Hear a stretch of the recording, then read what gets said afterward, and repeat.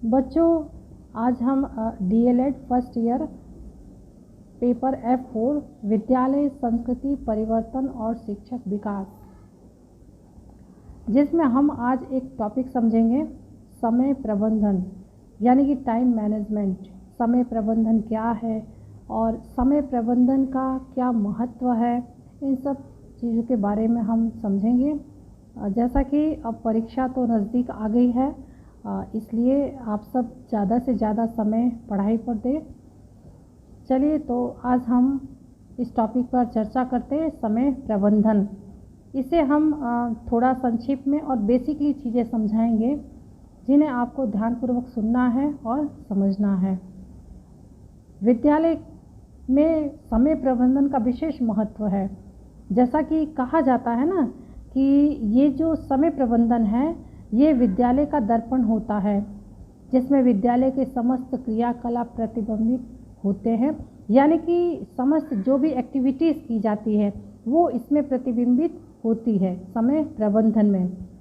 विद्यालय में प्रबंधन की प्रक्रिया समय के सापेक्ष चलने वाली प्रक्रिया है, क्योंकि ये जो समय प्रबंधन है ये समय के सापेक्ष चलने वाली प्रक्रिया है।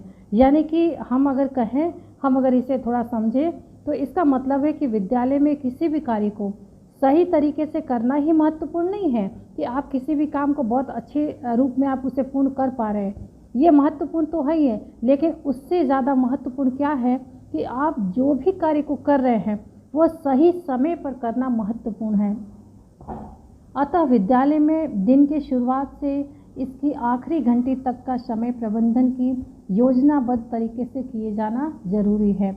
यानी कि शुरू से लेकर अंत तक, फर्स्ट से लेकर के 7 या 8 जो भी बेल है वहाँ तक समय प्रबंधन जो है बहुत ही योजनाबद्ध तरीके से किए जाना ज़रूरी है। और जिसके लिए ये जो समय प्रबंधन टाइम मैनेजमेंट है, इसका विशेष योगदान है, विशेष महत्व है। दूसरी चीज़ हम देखते हैं कि समय सारणी से हमें ये भी पता चलता है कि विद्यालय में किस दिन, किस समय तथा किस कक्षा के द्वारा, किसके नेतृत्व में कौन सी क्रिया संचालित होती है। जैसे कि विद्यालय में कितने छोटे छोटे कार्य को होना है, इस बात का भी हमें ध्यान समय प्रबंधन के द्वारा हम करते हैं या हम कर सकते हैं। दूसरी चीज़ है कि किस विषय तथा किस क्रिया को कितना समय देना है। ये सारी चीज़ें जो है ये समय सारणी हमें बताती है। इसलिए समय सारणी जो है वो विद्यालय का आईना है, यानी कि दर्पण है। अब बच्चों, जो समय प्रबंधन टाइम मैनेजमेंट है, इसका एक छोटा सा डेफिनेशन हम समझेंगे, यानी कि परिभाषा।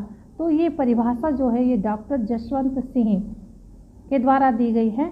यानी कि डॉक्टर जसवंत सिंह का विचार है कि जो समय सूची है वो स्कूल का स्पार्क प्लग है। समय सूची क्या है? समय सूची स्कूल का स्पार्क प्लग है, जो स्कूल के विभिन्न कार्यों तथा कार्यक्रमों को संचालित करती है। यानी जो भी एक्टिविटीज़ है, जो भी कार्य है, उन सबको संचालित करने का कार्य कौन करती है? समय सूची। यानी कि हम अगर इनके शब्दों में समझें तो अर्थात समय सूची क्या है? समय सूची स्कूल का स्पार्क प्लग है। समय सूची क्या है? समय सूची स्कूल का स्पार्क प्लग है, जो स्कूल के विभिन्न कार्यों तथा कार्यक्रमों को संचालित करती है। बच्चों, आपको सिर्फ 2 चीज़ें याद रखना है। एक तो समय सूची क्या है? स्कूल का स्पार्क प्लग है। दूसरा क्या है कि जो स्कूल के विभिन्न कार्यों तथा कार्यक्रमों को संचालित करती है। इसके बाद आगे हम देखेंगे कि जो समय सारणी है, तो समय सारणी का क्या महत्व है। Importance of time table, time table का क्या महत्व है। तो हम कुछ पॉइंट्स हैं जिसके माध्यम से हम समझेंगे। हम कह सकते हैं कि 1, 2, 3, 4 आप दे करके भी इसके महत्व को लिख सकते हैं। तो जैसा कि सबसे पहले नंबर पर अगर हम देखें तो समय सारणी क्या है, तो समय सारणी से जो है विद्यालय के जो भी कार्यक्रम हैं, किसी भी विद्यालय के जो भी कार्यक्रम हैं, उन कार्यक्रमों का ज्ञान हमें होता है।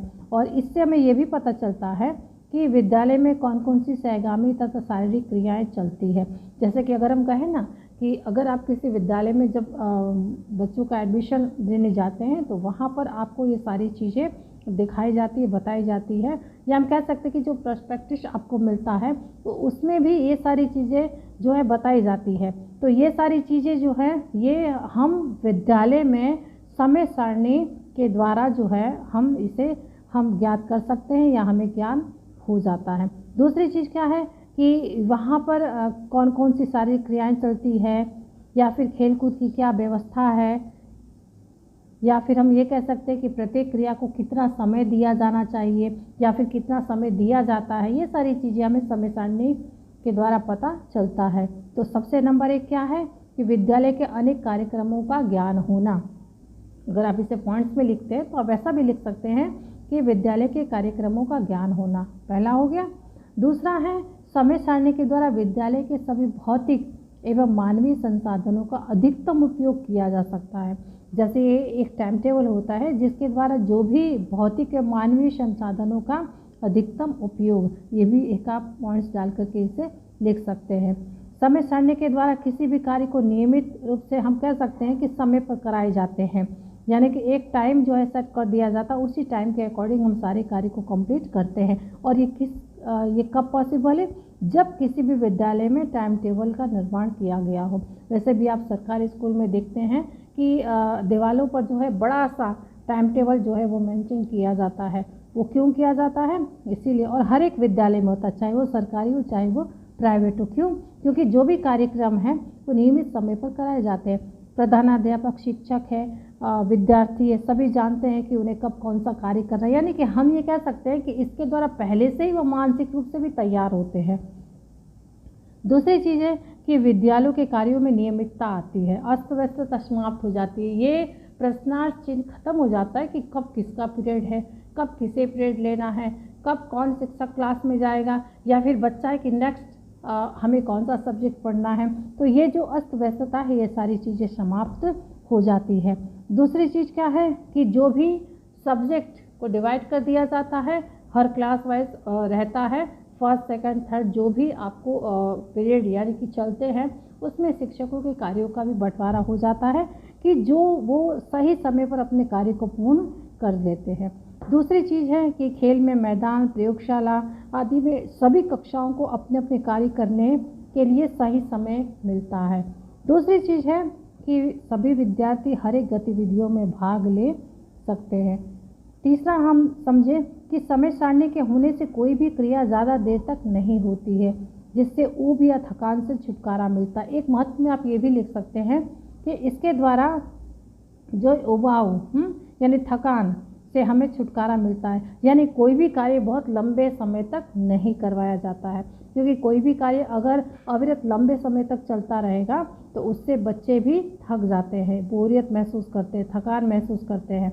तो इन सब चीज़ों से मुक्ति मिलती है। विषयों में हम कह सकते हैं कि विषयों को उनकी कठिनाई स्तर के अनुरूप व्यवस्थित किया जाता है। यानी कि इसके अंदर क्या है कि समय सारणी में जो व्यवस्था जब उस समय सारणी बनाई जाती है तो इस रूप में बनाई जाती है कि विषयों में जो कठिन है उनके स्तर को भी ध्यान में रख करके उनके अनुसार व्यवस्था की जाती है या व्यवस्थित किया जाता है। तो हम ये कह सकते हैं कि टाइम टेबल के द्वारा नियमितता आ जाती है। इसके बाद हम फोर्थ में समझ सकते हैं कि समय सारणी से शिक्षक तथा विद्यार्थी दोनों ये समझ जाते हैं कि प्रत्येक विषय का अध्ययन अध्यापन के लिए कितना समय लगता है। ठीक है, तो ये सारी चीज़ें हैं कि और दूसरी चीज़ें कि टाइम टेबल से क्या है कि बीच बीच में शिक्षकों को विश्राम का अवसर भी मिलता रहता है। तो ये सारी चीज़ें जो है ये हमें टाइम टेबल के अकॉर्डिंग ही हम कर सकते हैं। तो यहाँ पर बच्चों ये है कि समय सारणी का इस प्रकार से जो है वो महत्व दिया गया है। अब अगर आपको आवश्यकताएं पूछी जाएगी तो आवश्यकता भी लमसम इसी के अकॉर्डिंग आपको लिखना है, लेकिन हम एक दो पॉइंट्स में हम आपको समझा देते हैं।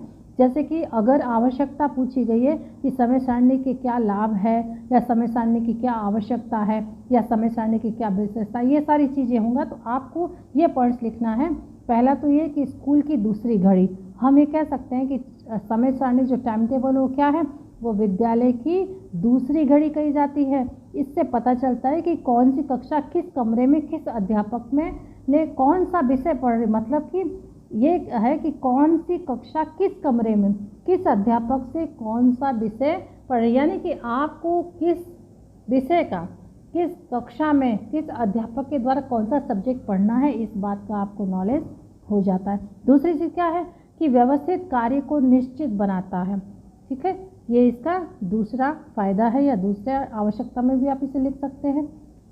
तीसरा क्या है, आंतरिक मितव्ययता या नियमितता को सुनिश्चित बनाता है।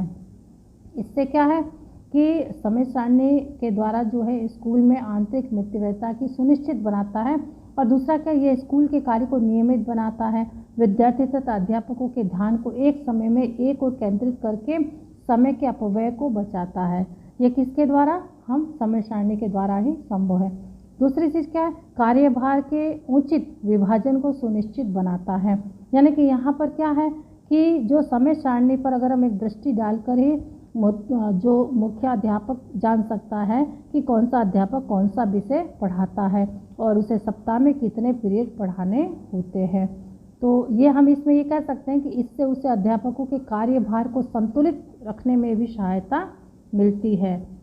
इसके अलावा बेटा आप ये जो हमने देखा है ये इसके लाभ है, इसके अलावा भी जो पॉइंट्स है आप लिख सकते हैं।